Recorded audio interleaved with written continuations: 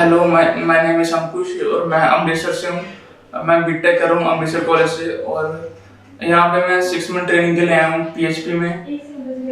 PHP में हमें बता रहे हैं कि एचटीएमएल क्या होता है, जावास्क्रिप्ट क्या होती है, जेक्यूरी क्या होती है और बहुत अच्छे टीचर्स है, बहुत अच्छा स्टाफ है यहाँ पर। जब मैं फर्स्ट टाइम यहाँ पे आया था तो मैं बलराज मैम से मिला था और बहुत अच्छा गाइड किया उन्होंने मुझे।